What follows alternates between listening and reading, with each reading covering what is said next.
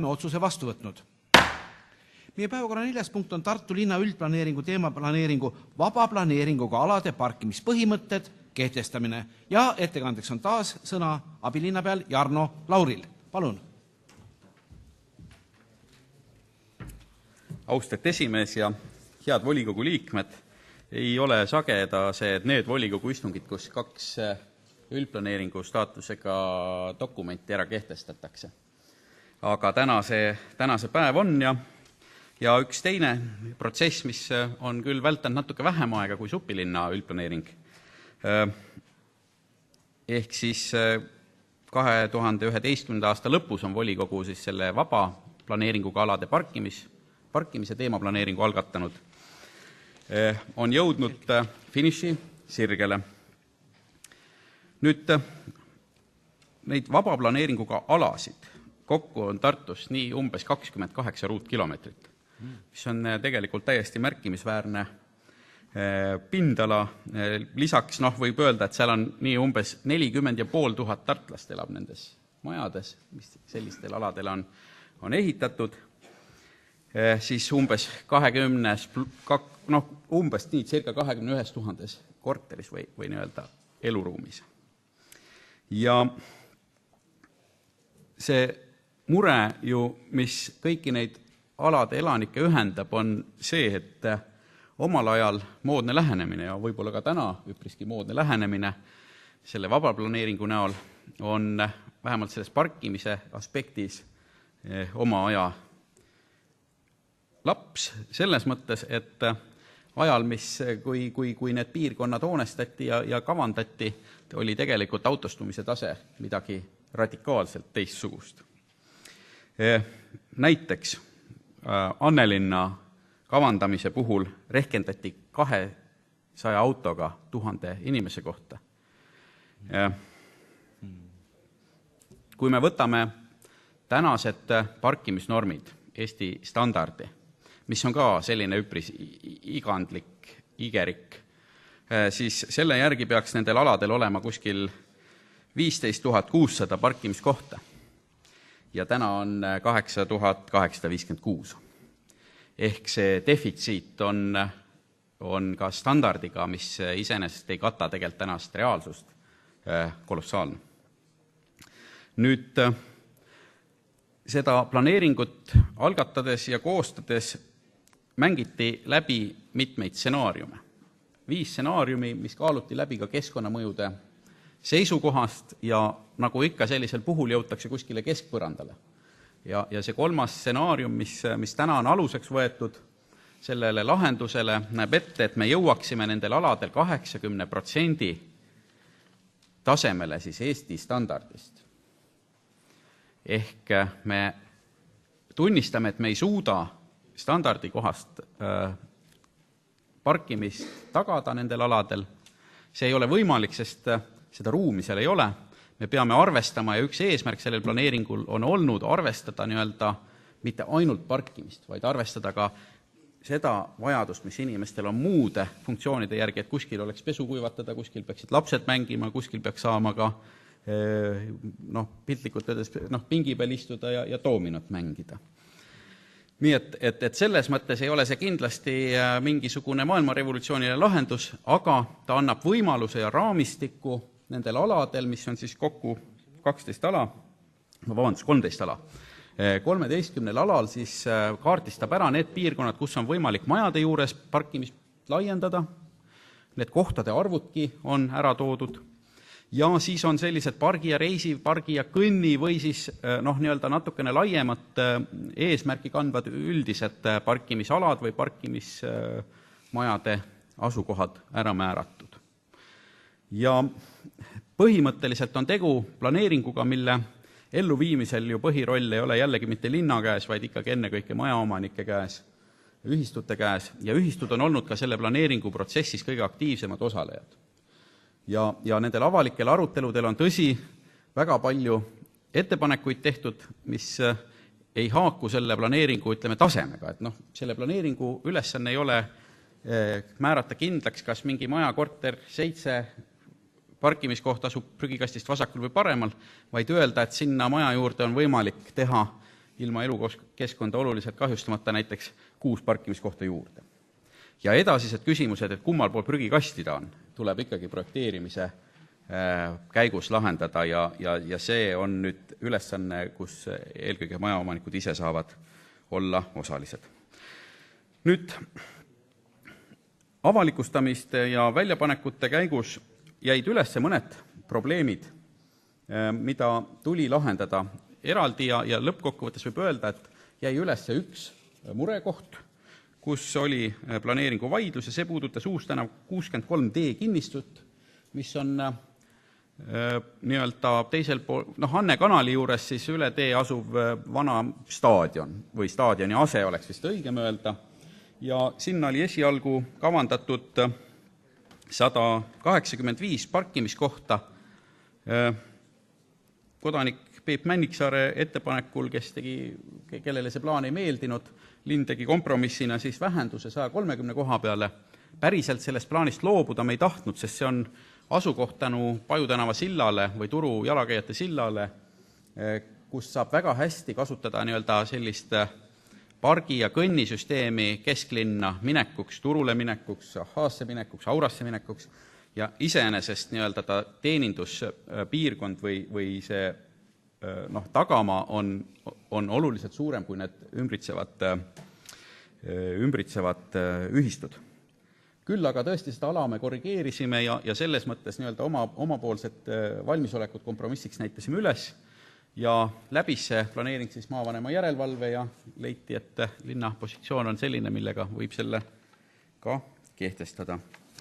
Nüüd komisjonis on tõusnud üles ka üks lisaskeem, kuna planeeringu ülesanne ei ole mitte ainult parklaid joonistada, vaid mõelda ka, kuidas see asi toimima hakkaks, siis oli seal ka nende parklate ja siis potentsiaalsete elukohtade või töökohtade või sihtkohtade nii-öelda ühendamine siis kergliiklusteedega ja tänuväärselt on üles kerkinud küsimus, et kas me ei ole kehtestamas midagi, mis on lootusetult ajast maha jäänud. Et vahepeal on toimunud mitmed töörühmad ja on arutatud ja leitud, et tegelikult juba on hoopis veel palju rohkem teid on kuskile arenguskeemile kantud, siis iseenesest ma olen komisjonile ütlenud ja ütlen seda ka täna siin, et ma ei näe vastuolu. Et selle planeeringus välja toodud nii-öelda kergliiklusühenduste kaart käsitleb neid ühendusi just nimelt sellest aspektist, mida käsitleb planeering. Ühtegi nii-öelda vastuolu, et me siin kehtestame justkui midagi, mida kergliiklustoimkond ei oleks tahtnud või oleks risti vastupidine, seda ei ole. Küsimus ongi selle sama probleemi vaatamises läbi erinevate prismade.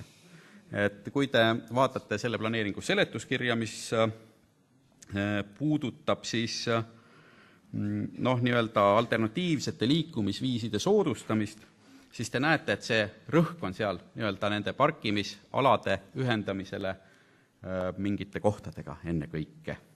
Ja selliselt tuleks seda ka käsitleda, et see ei ole midagi, mis takistaks neid kergliiklusteid edaspidi teha veel paremini ja veel rohkem. Aga üldiselt on linnavalitsuse ettepanek planeering kehtestada. Aitäh! Palun, kas ettekandjale on küsimusi? Kolleeg Jüri Kõre.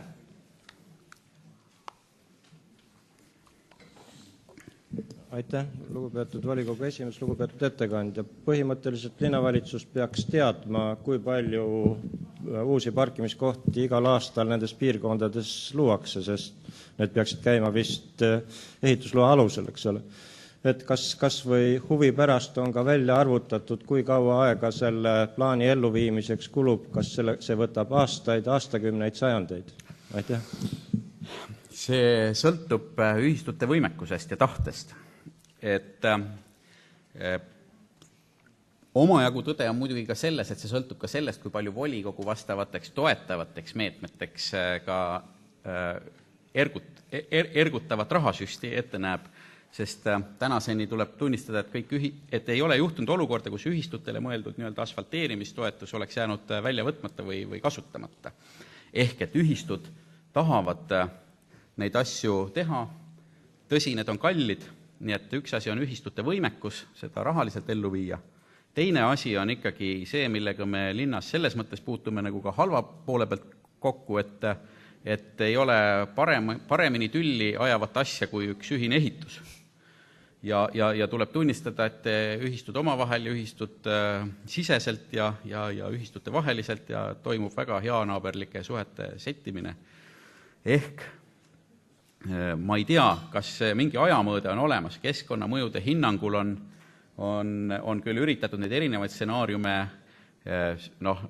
kaardistada, nende elluviimist, ütleme, maksumust ja kõike muud, aga ajalist mõõdet ei ole keegi üritanud mõõta, sest see ei ole võimalik lihtsalt, et elluviijaid on nii palju. Aitäh, palun, kas on veel küsimusi? Küsimused on selleks korraks ammendatud, aitäh ettekandjale ja taas kaasettekande järg Arengu planeerimiskomisjoni esimehe Verni Loodma käes. Palun.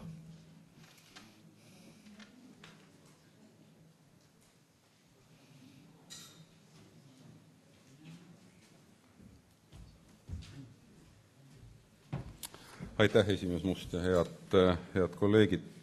Eelmisel kolmapäeval oli komisjoni koosolekul kõneks siis ka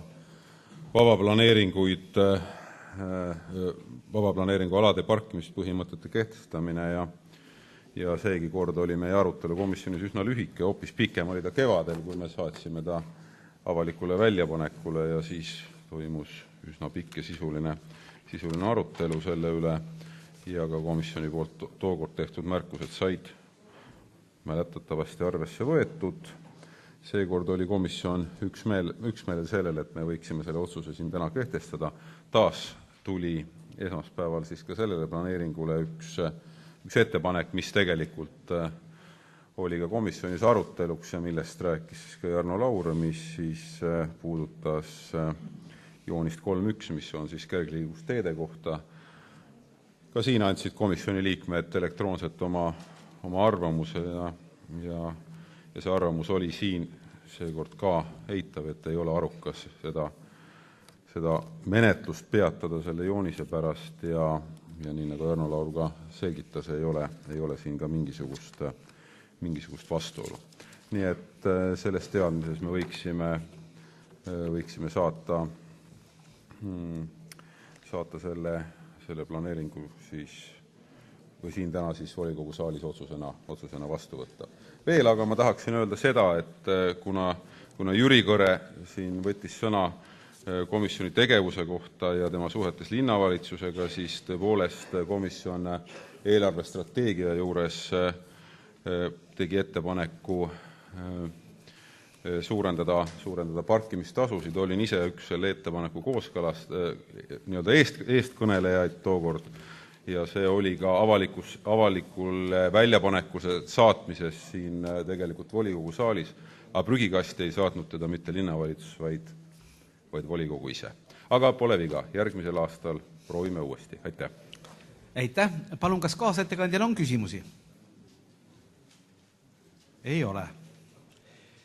Sõnavõtusoove ei ole esitatud. Kas on repliigisoove? Kas Jüri Kinter soovi? Ei olnud märguanne, jah? Okei. Repliigisoove ei ole.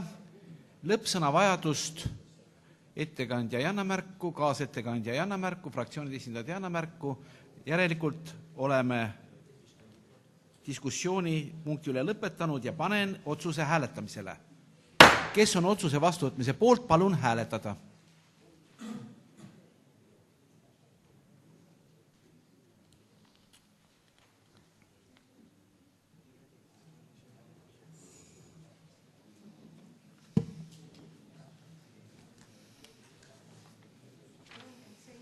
Poolt 37, palun hääletada, kes on vastu.